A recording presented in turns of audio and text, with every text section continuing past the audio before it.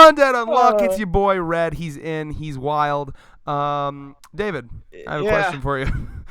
I can't pretend like this is unscripted. It was just, I don't remember what. Oh yeah, it came up because he was like, he messaged me, hold on, I'll be there in a second, gotta piss. And then the second I got that message, he called me, and I was like, bro, you got a microbladder.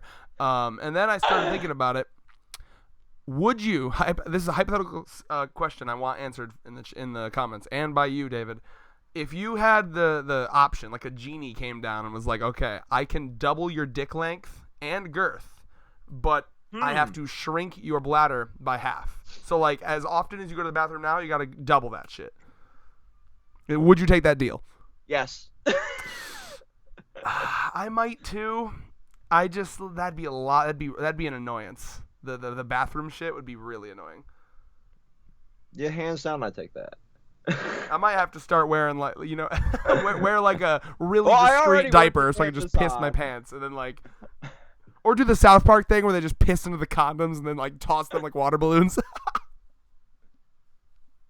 Oh, Jesus Christ! You're the South Park guy. Why didn't you laugh at that? I'm replaying bits and pieces of that. Like, pair that with the 16 tons bit of Amazon work, and yes. That's yeah.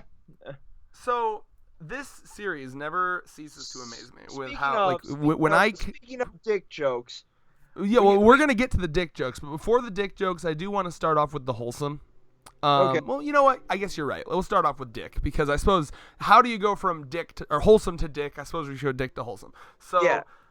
It's funny because you were doing a stream and we made a joke about like canonically analyzing Andy's dick size, and then it turns out that's pertinent to this chapter, legitimately, because, you know, how girthy and long and just there does it have to be to really traumatize this person like this? Yeah, and this has been a running joke because one of the author comments was like, the one thing that they have to constantly change is the censor bar for Andy's dick. Well, you know what's funny, and I need to know if this is the first thing I thought of. It really put an image in my head, and that's how you know it's good fiction. Like, imagine a naked man, like, on your fucking car, like, at your windshield, right? Like, if the dick's long enough, it's gonna, like, rub against your window. Like, imagine that, like, squeaky, like, against the window. It's just a man's cock, like. Yeah. So, as somebody that has been in an Uber naked on top of a car, as you often are, right? No. I have canonically never been that fucked up. Every normal Tuesday night for David. I've been naked on my own roof drunk, but I've never... You pulled a hangover? Yes. Nice. 21st birthday, that was me. Congrats. How'd you get to your roof? Because I lived in a trailer park. So like the roof of like a shitty trailer? Yes. But yeah, like. I just imagining your dad, like, oh, David. Would this have been like peak corrections officer? Would have been like when he was a corrections officer too? Yes. He's just like, God damn it, bring disgrace to my name. You've had piss thrown on you. Shut up. You're crazier than the fucking prisoners. No, my neighbor across the street came out to get the mail, and like, you enjoy your birthday? What a wholesome neighborhood community. Just ignore the guy making meth 2 trailers to the right. Like, apparently I did. That's my boxers in the tree. And never go out barefoot because you might step on a needle and have a good time. Until that needle turns out to be dirt. Anyway, yeah. Now I gotta be the one to ask this, and I hate to be the one to do this, but I'm concerned about when they reveal what this character looks like. And just because I suck at pronouncing, how do you pronounce this character's name? The Titana? Like, what do you say her name as? I was thinking it was Titiana. Let me look at it again. Okay, hold on. So it's. Now I gotta find where they say her name. Yeah, I mean, I'll default to what you say. I'm like notoriously awful at reading names. Same though. Let's see here. Fucking yeah, you know what? I'll just blindly trust you on that one. Sure. So what is it? What is it that you say? Titiana? Yeah. Whatever, man. I might Sure, that one. I'm concerned. Just because it'll make this scene a little awkward. I think she might be a child. Is that just me? You know, I went to like boy in the bubble kind of mode when I first read it. If not literally a child, she has like childlike mentality. You know, she's like just the way she reacts to things, the way, you know, it gives me like middle schooler vibes, you know. Like with the dolls especially. All the stuffed animals. Oh yeah. I'm like, oh no. I mean, it's not obviously that's not. It's one of those things where did Andy do anything wrong? No, you know, he wasn't like purposefully rubbing his junk near the robot that probably has a child in it. You know, it wasn't his fault. You know that she. It just comes down to his powers. To be totally fair, 3 seconds prior, she fucking split the man in half, attempting to kill him. So I feel like all is forgiven. Yes. Yeah. Equivalent exchange. You can't like you know you can put him on a list for like public indecency. Maybe. Yeah, I mean, this is like only what the 23rd time, and he's been just like completely fucking nude in the series. But yeah, let's talk about the wholesome though. Like I really like this moment, and all of a sudden the chapter title makes so much sense. This like when we have normal bodies, their handshake is so cool because neither of them can use their real hand. Obviously, Unluck has to have the glove on, and Tatiana, however you want to say her fucking name, goddamn pronouncing, has to like use this robot hand, and it's like not only is it the first like female friend she's had, like according to her ever. I don't know, like she's implying like ever. I'm very curious about the childhood of this person. Like this might be a situation where like from birth, this was like you were just like a fucking like radioactive rock, and like anyone that was near you just died immediately. Like my mother gave birth to me and then like died immediately, like one of those situations. And then my dad died, and then the doctor died, and then everyone was like, Jesus Christ, fucking yeet that baby to the bottom of the sea real quick. Yeah, for very sure. Possible. So not only is it wholesome because, you know, first female friend, which, you know, one of the things you probably would want after having a penis just invade your personal space would be a female friend. And of course, you know, first friend that is very similar to you in the sense that they hate their body because it's a danger to people that they may love. So that was a wholesome moment there, and I like how she kind of 180'd completely on them. Like, now I love her, and she's really special to me, and how dare you fucking hurt her.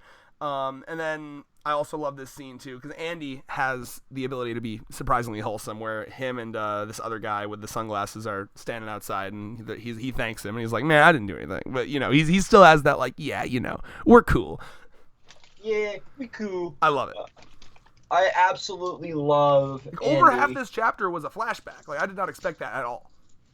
No, this isn't a series where you expect, like, a half flashback, half regular chapter, and I'm guessing, like, it went from, like, her, Tatiana just reacting to, like, that one major character that died in Chapter 8, commenter. How dare you forget? I mean, you didn't forget. We just didn't consider it a minor character or a major character. I didn't consider... She was as a general rule, if you are introduced and killed in the same arc, I don't really consider you a major. Well, it depends on how big the arc is. If it's like a long, stupid long arc, fine. If it's like within what, a 5-chapter span? Come on now. Yeah, exactly. Like, she might have been on the Knights of the Round Table mentality. People were giving Thurman and David shit for not considering her a major character death. Am I wrong here in thinking like this is just basically a play on the Knights of the Round Table? Probably. I don't really know what that is other than like as a saying. I've heard it as like a phrase before, but I don't King really Arthur. Oh, yeah, probably. Especially considering the leader looking like a motherfucking knight. Yeah, that went through my head at work when I was reading this chapter. I'm like, this is just a play on the Knights of the Round Table. I respect it because it's doing it rather well, but shit, it didn't click until this chapter. I'm like, I'm dumb. I'm big dumb. I'm the large dumb. But yeah. So yeah, let's see here. Anything else I want to talk about?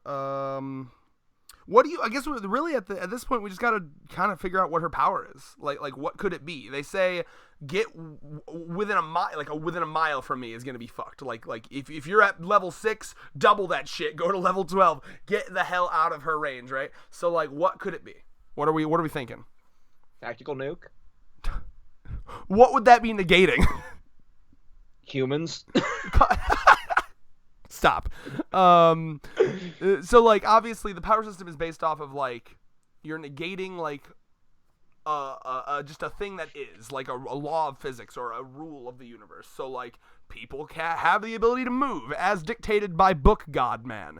But this kid over here can stop them from moving. People have the ability to heal, but this guy over here can stop you from healing. People have the ability to die, not that guy. That's how it works, right? So like, what is she negating? On what? Yeah, that's something that intrigued me with her power. I'm wondering if it's just a power, or it's just her destroying that containment pod so she can like go full fucking psycho. Well, so what is said is that the whole reason she's in that pod, it's not like she made that as like a mech suit to like increase her fighting ability. She's literally in that pod because her power, because they talk about like compulsory or uncompulsory. Like there's some powers that just are passive, like they're always active. Like Andy's, he can't shut his off. It affects his body and he can't shut his off. So we don't know if, I would imagine hers would be a targeted, as in it's affecting other people, not her own body, and it's not compulsory, as in it's happening without her control. That basically confirmed, because otherwise she wouldn't be in this thing. So it's basically remember Yamamoto's Bankai? Say one more time, say again. Remember Yamamoto's Bankai? Yeah, although not a super good example because he obviously could activate that. Like there's probably better examples. Yeah, but I'm thinking like once she's out of that pod, that's kind of like what we see. That's why they're like evacuating. Right, from like miles away, people's like lips were cracking because all the moisture was leaving the area. Yeah. I'm thinking we're seeing something on that level once she leaves that pod. I wonder. I wish. It's hard to guess. I mean, all we really have is that it's like an AOE effect that, and it could go for. So I mean, like this could. Let me see exactly what she says. Does she tell them to like clear out? Yeah, get to top deck. Yep. Will that be far enough? Because last time she said within a mile. How big is this boat? Not that big. Yeah. No, well, it depends on the class of the ship too. She's probably going to try to like hold it back as much as she can. I'm sure they'll still get like some brunt of this attack, but she just wants to minimize it. I bet, and Andy could probably take the brunt of it as well. Although that didn't really work with the knife a couple chapters ago. Yeah. I'm trying to think because it depends on like dumb fucking high school me got really into like naval ships and everything when I was in high school. So and nothing wrong with that. Everyone needs a hobby. It was more because of what I was going to do for a career at the time. But yeah, so if we're getting like aircraft carrier style ship, maybe if they get far enough to the back end of the ship, they might be able to survive it because that's still miles away technically. It's like that fucking there's a joke in Doctor Who where because you know how the Doctor, he can just like land the TARDIS anywhere and then like leave and go, like he can literally just go anywhere in time and space, right? Yeah. So there's a joke where he's on like a crashing spaceship and he like apparates his TARDIS at the very back of the ship. It's like a long ship. And then he goes to the front to save the pilot. And they're like, where are we running to? The ship is crashing. And he's like, to the back of the ship. And she's like, what will that help? And he's like, because the front crashes first. Think it through. Yep. Gives us more time. Exactly. So that's kind of what we'll be seeing here, probably. Well, it was also kind of a dumb joke because even if the front crashes first, it's like that'll buy you 3 extra seconds max. Again, all depends. Like it'll start from the bottom deck all the way to the top. Started from the bottom. Now we here. Bad joke is bad, but accurate. Yeah, and if there's one thing I strive for, David, it's accuracy in my jokes. But it buy him a couple minutes to get into the TARDIS and fuck off. Bro, can we just find a way to work in the TARDIS as a negator? Like, yeah, I can travel in time and space, please. Although time travel does typically ruin series though. Yeah. How to do it? There's got to be just implement some sort of time travel, but just like have the guy die in like one arc. I mean, a way that they could work is if they Rick and Morty it, like save state style. Oh hell yes, I'd be down. And it would make really. He could be on time.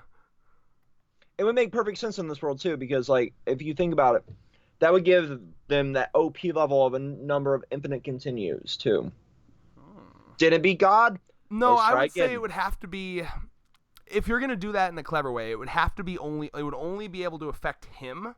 But like obviously when he resets, it would reset the whole universe by a couple seconds, but no one else would know. Only he would know. Mm-hmm. So there would be a situation where they would probably say like only use this in emergencies, because we're gonna be pissed if like we beat the guy and then you reset and then we got to beat him again. You know what I mean? So like this is like if we all die and you there'd be like heavy rules placed on it. Like your power is too OP. And we're basically saying, like, as a group, do not use this unless you absolutely have to. If that existed, probably. Yep. Like, similar to, like, what I heard Shinji's Bankai in the Bleach novels was like. Oh, God. I don't know if you read about that. It has something to do with, like, something OP, stupid, crazy, kind of like what I just explained there. Because, he can reverse shit in the Shikai. So I think it had something to do with, like, a reversal of space or time or something. And, and what they said was that, like, the fucking... Central 46 basically just decreed, like, okay, Shinji, you're not allowed to use your Bankai because this is too wild. So that's why he never used it. At least that's the retcon they went with. I want it so bad. I mean, the novels are coming out now. Like, I'm gonna get I know. Yeah. I just want it now. I hope they add it to the anime. Like add an extra scene where he uses it, man. Come on now. Anyway, though, Bleach talk is irrelevant. But maybe soon. Oh, definitely. The fucking anime reviews, bro. Please, God, yes. Anime reviews and... Give me Burn the Witch, too. Where the fuck is that? How long do I gotta wait? Probably fall season. I need it. Okay, anyway, though. I also want to talk about this guy's power, who seems to be the ability... Okay, because we've seen this a couple times, right? A couple chapters ago, he said... He's got this minigun, but, like, there's no ammo clips in sight. Yet he has unlimited ammo. Now he's pulling grenades out of nowhere. So does he have, like, pocket space a la fucking, like, Anderson from fucking Helsing? Just has unlimited of those knives? Yo. That is... Yeah, probably. Like, I'm trying to think of what you'd call that. Like, space? Like, you're negating how space works because you can just, like, have... unlimited storage in your pockets. I don't know. And speaking of TARDIS, I mean that is kind of like TARDIS like. Yeah. So if that's the case, what is the limit for that? Because it seems like every one of these characters has a power limit. You know. Give me an example. Like. Oh right, because like unmove he has to stay still. Right. Yeah. Okay. With unmove you have to stay still. With Andy, it doesn't seem to have shown a limit yet, but there has. But that's the whole point of the series, is that he's trying to find the limit, essentially. Yeah. So like that'll be endgame shit for him. But yeah, so that guy, I don't know. I mean, you could do anything. You could do something like the structure. You could do something like the structural integrity of his pocket space and/or pocket dimension is dictated by like how concentrated he is, and if he loses concentration, maybe it would fall apart. Yeah, and that would work rather well for the context of the series. I mean, I assume the author will be cleverer than me. That's just the first thing I thought of. Yeah, that's like the go-to whenever something seems too OP. You just say, well, if they lose concentration, then it breaks apart. It's what Oda does with observation hockey in One Piece. Yeah. Trying to think about this martial arts guy who's doing some shit where he's like, he said like one, and then it like broke. So like I don't really know what he's doing either. So there's we get a lot of speculating as to what these powers could be, but I'm very interested in this like pocket space guy, considering he has basically like the GTA cheat code I've always wanted, which is unlimited ammo on the stupid big fuck off guns in real life. I love that. Yeah, for sure. Now you're mentioning GTA, I'm like, can he pull a tank out of that space? That'd be cool. Like if he reaches into his fucking pocket, pulls out a little like sheet of paper and unfolds it into a tank, I'm gonna freak. Right? A little origami tank, and then just like unfolds it into a real tank. But I mean, you mentioned the GTA cheat code, and that's where my head went, because there's nothing more fun than just like having a fuck off playthrough of GTA where like, fucking enter the infinite ammo, call down a tank, and just rampage Archer style. My power is known as L1 R1 or L1 L2 R1 R2 up down left right up down left right. I used to have that cheat code so memorized. So same though. Rampage. I used to have that one and get rid of wanted level memorized because it's fucking cops. Just like in real life, those fucking cops, so infuriating. I think a couple cities need that cheat code right now.